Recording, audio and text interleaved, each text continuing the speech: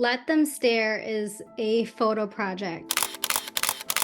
It's kind of a play on words just because I've had so many people stare at me for my physical differences. I kind of wanted to play of like, give them a reason to stare and play off of those differences don't define who you are.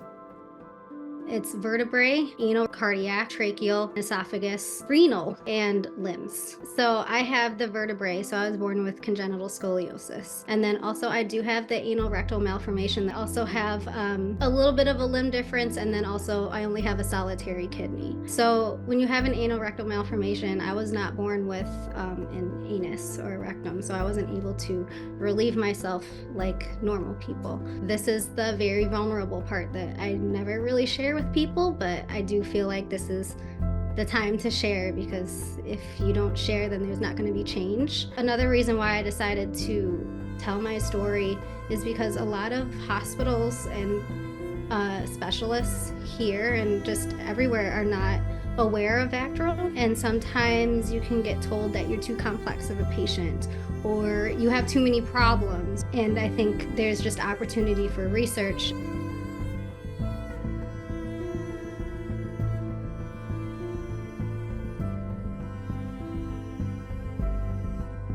I wanted this project to first start out as a children's book. I've never seen like a children's book that has real images of children. It's always like illustrations or kind of indirectly pointing at differences. And I was like, when I was a kid, I never had met anyone with Vactral. And I felt very alone, like very isolated, just like I was the only one in the world with this. But I was thinking, like, just imagine if a little child like opened up this book and saw another child with similar or the same difference they have, that bond that child will have, even if they haven't met this child, is like instant, but it also creates like resilience and community right off the bat, and showing that, oh, there's somebody else out there that is living through the same journey or might have a similar story. As a photographer too, I felt like, God made you with these differences to give you a purpose. And I felt like this was my purpose, is to